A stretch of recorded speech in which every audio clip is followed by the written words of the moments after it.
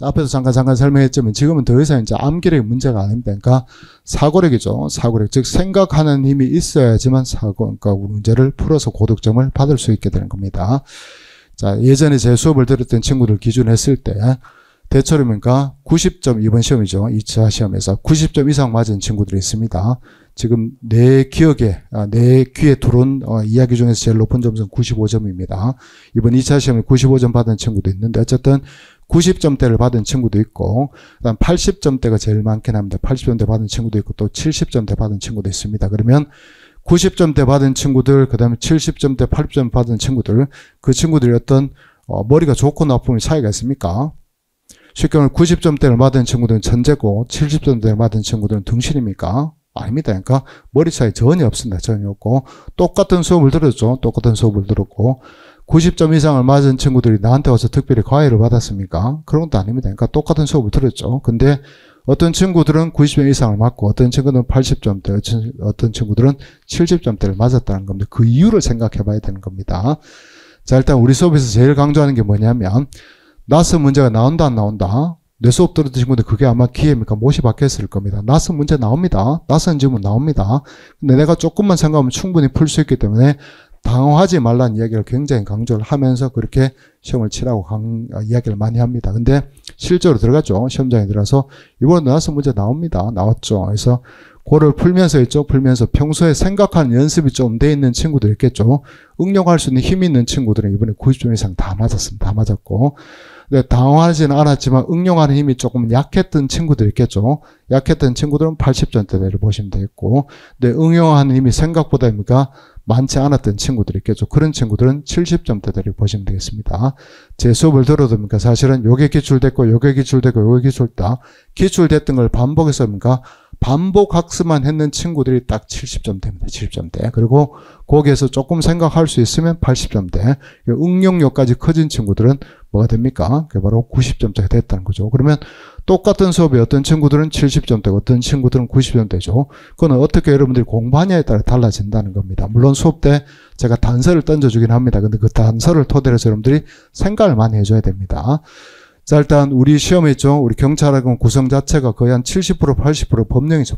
법령인데 법령은 뭡니까? 항상 어떤 상황이 전제가 될까 안 될까? 상황이 전제가 됩니다. 그래서 법령은 특정한 상황에서 문제가 될 만한 상황에서 그걸 규율하기 위해서 법령을 만들게 되는 거죠. 그러면 앞으로 법령 조문을 읽을 때 옛날에 기출됐던 그 키워드 있죠. 키워드만 반복하지 말고 그 키워드는 어느 정도 이제 돼 있을 겁니다. A반 정도 들어올 정도 되면. 그럼 지금부터 뭐 해야 될까? 이 조문이 도대체 어떤 사항을 규제하기 위해서 만들어졌을까? 그런 것들 생각을 조금 해줘야 되는 겁니다. 이게 며칠 전이죠. 한 3, 4일 전에 실제로 상담하러 온 친구인데 그 친구 그런 이야기를 하더라고. 자기는 광론이 굉장히 약하대. 그러면서 자랑을 삼아서 그 교통 파트는 굉장히 잘합니다. 그런 이야기를 하더라고. 그래서 출신을 물어보니까 아니나 다를까 의경생을 했더라고. 그러니까 의경생을 했기 때문에 습니까? 도로교통 상황은 잘 이해가 될까 안 될까? 잘 이해가 되는 거죠.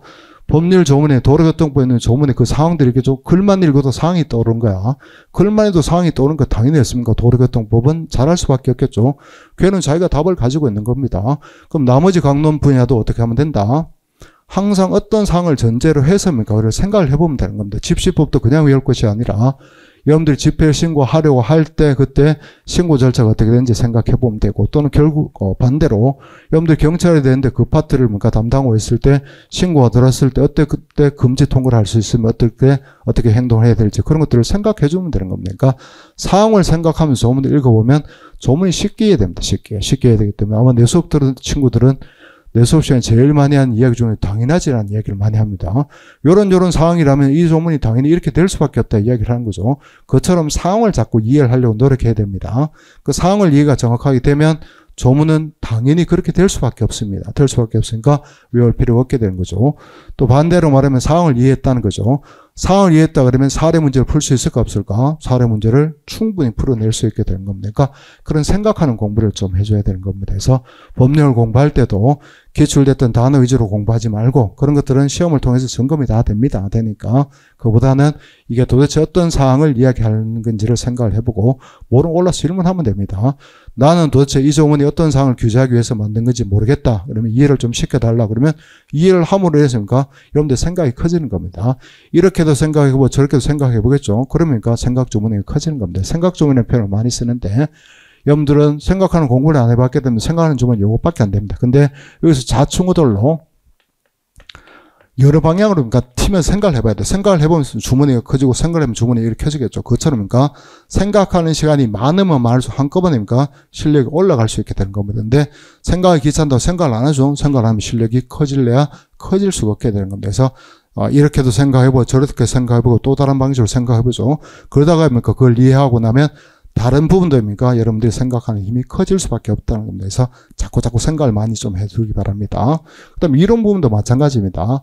이런 부분은 항상 뭐 다수설이 있고 소설이 있고 그 다음 또 중립적인 우리 견해들이 있긴 한데 그런 것들을 이야기해서 각자 다툼의 소재가 뭔지를 정확하게 확인을 해둬야 되는 겁니다. 도대체 얘들이 뭐 때문에 다툴까 그런 것들을 생각해야지만 각 학설을 이해할 수 있게 되는 것이고 그리고 또 학설도 한꺼번에 다 쏟아져 나온 것이 아니라 특정 학설이 나오고 나면 그 학설에 문제점이 있으니까 그 다음 학설이 나오고 또 문제점이 있으니까 또 다음 학설이 나오게 되니까 그 학설의 장점과 단점을 알고 그 단점을 알았을 때 또 다른 학설을 이해할 수 있게 되는 것이고 두 번째 학설의 단점을 알아야 세 번째 학설을 이해할 수 있겠죠. 그것처럼 뭐 때문에 다투는지 문제의 소재를 먼저 파악하고 그 다음 나아가서 나아가서 각각의 장단점을 파악했을 때 이론을 완벽하게 정리할 수 있는 거죠.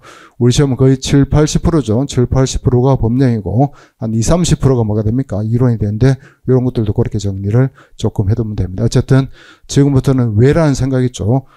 여러분들 또래 어릴 때 제일 많이 본 책 중에 하나가 Y잖아. Y.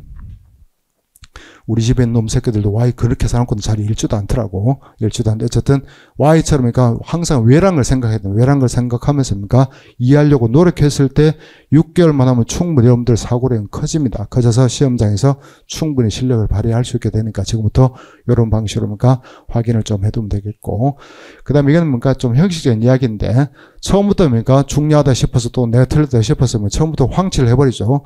형광펜 같은 거 확 칠해버리면 다음부터 지저분해서 볼 수가 없고 나중에는 쪽팔린 경우도 있습니다. 등신처럼 이런 것도 틀렸었나 이런 생각이 들 때 있거든. 근데 그때 되면 책이 지저분해서 안 되니까 밑줄 칠 때도 방식이 있습니다. 방식인데 처음 틀렸을 때겠죠. 그때 연필 한 줄 치면 됩니다. 연필 한 줄. 아니면 검은색 볼펜 한 줄 치죠. 색깔이 안 보이죠. 남들 색깔 표시한 겁니다. 요거는 그냥 줄이 없는 거고, 요거는 파란색이죠. 파란색 위에 또 이거는 빨간색 찍고, 그 다음에 색깔을 준 겁니다. 좀 차이가 나름 신경 썼는데, 어쨌든 처음에 밑줄 치겠죠. 밑줄 치고, 그 다음에 또 한번 똑같은 걸 또 틀렸다 생각하면 있습니까? 또 그 위에다가 빨간색 하나 덧칠을 해주면 되고, 그 다음 또 똑같은 걸 또 틀렸겠죠? 그러면 그 위에다 빨간색 한번 칠해주면 되고, 네 번쯤 틀리면 그때 형광펜 칠해주면 되겠죠? 요렇게 내가 몇 번 틀린지를 확인할 수 있을 정도로 체크를 해두면 나중에 도움이 될까 안 될까? 나중에 도움이 됩니다. 60일 때 이게 굉장히 큰 힘을 좌우하는 겁니다. 자, 시간이 없으면 뭐만 보면 됩니까? 제일 많이 틀렸던 것만 보면 되고 그 다음 시간이 조금 더 있으면 그 다음 틀린 거 이렇게 보면 되겠죠. 그것처럼 내가 자유롭게 시간에 따라서 어떤 걸 점검할지를 확인할 수 있게 된 것이고 그러면 볼 때 순서도 정해지는 겁니다. 얘를 먼저 봅니까? 당연히 내가 많이 틀렸 것부터 보는 게 맞겠죠. 얘부터 먼저 공부하고 그 다음 거입니까? 2번까지는 3번까지는 틀렸지만 4번까지는 안 틀렸다 소리죠. 안 틀렸다 소리니까 사실 얘는 안 봐도 되는 건데 시간이 남으니까 얘 봐주면 되는 거고 시간 남으면 얘 봐주면 되겠죠. 그러니까 항상 내가 우선순위를 뭘 두고 공부할지를 여러분들이 정할 수 있게 된 거고 그거는 똑같은 게 아닙니다. 기출 많이 됐다고 얘기했던 것처럼 기출 많이 됐다고 여러분들 체크하고 표시해야 될 것이 아니라 여러분들이 틀린 거 있겠죠. 틀린 거를 확실하게 정리한 게 제일 중요하니까 지금부터 이렇게 정리해놓죠. 이렇게 정리해놓으면 60일 가서 굉장히 도움이 되는 겁니다. 근데 이걸 안 해둔 친구들은 60일 되면 있습니까? 시간에 따라 우리 달라지죠. 특히 8-4일 같은 거 할 때 굉장히 도움이 되니까 지금부터 이렇게 체크를 해서 여러분들 모르는 걸 조금씩 알아가는 형태로 정리를 해주면 될 겁니다. 그 정도 확인하면 되고 그 다음 계속 리마인드 하는 게 제일 좋습니다. 리마인드 하는 게 제일 좋은데 이건 개별적으로 저한테 상담하면 이야기해주는 방법인데 지금 공통적으로 다 이야기해줍니다. 뭐냐면 이 뇌과학자가 어떤 이야기를 하냐면 공부했던 거를 잘 머릿속에 정립하려고 그러면 암기가 아닙니다. 정립하려고 그러면 자기 전에 한 번쯤 생각해 주는 게 좋답니다. 자기 전에 한번 생각하다 잠들죠. 잠들면 나는 잠들었지만 뇌는 그걸 정리하고 있답니다. 정리하고 있고. 그리고 또 눈을 뜨자마자 그걸 다시 한번 봐주면 밤새 내 머리가 정리했던 걸 내가 다시 한번 확인할 수 있죠. 그럴 때 그 머릿속에 가장 잘 정립이 된다 그럽니다. 그래서 어떤 이야기를 해주고 싶냐면 오늘 예를 들면 경찰 수업을 했죠. 수업을 했고 오후에 저녁에 복습할 거잖아. 복습하고 집에 가기 전에 오늘 했던 파트만 핸드폰으로 땅땅땅 사진 찍어둡니다. 찍어두면 몇 장 되지도 않죠. 몇 장 되지도 않은 상태에서 집에 갑니다. 집에 와서 씻고 누워서 쓸데없이 쇼츠 같은 거 보지 말고 옛날 뭐 여사친, 남사친 또는 여친, 남친 옛날 프로필 따라가서 지금 뭐 하고 있는지 그런 거 찾아보지 말고 머릿속 오늘 공부했던 거 있죠. 아침에 수업을 들었고 저녁에 복습을 했고 그다음 집에 왔으니까 생각이 떠오를 겁니다. 생각이 떠오른 상태에서 확인 좀 해보라고 머릿속으로. 확인 좀 해보다 슥 잠들면 그냥 자면 되는 거고. 근데 확인하다 뭔가 좀 까리한 부분이 있겠죠. 좀 애매한 부분이 있겠죠. 그럴 때 다시 불을 켜고 책을 찾으려고 하면 책은 또 학원에 있는 사무실에 있고 사물함에 있고 그러면 안 되겠죠. 안 되니까. 그때 핸드폰을 열어보면 됩니다. 핸드폰 열어서 좀 확인해서 점검하고 다시 핸드폰 끄고 또 생각해보고 그렇게 해서 생각하다 잠들고 그다음에 아침에 눈 뜨자마자 했죠. 눈 뜨자마자 책을 봅니다. 눈 뜨자마자 형사법 문제 풀 수 있겠습니까? 눈 뜨자마자 헌법 문제 풀 수 있겠습니까?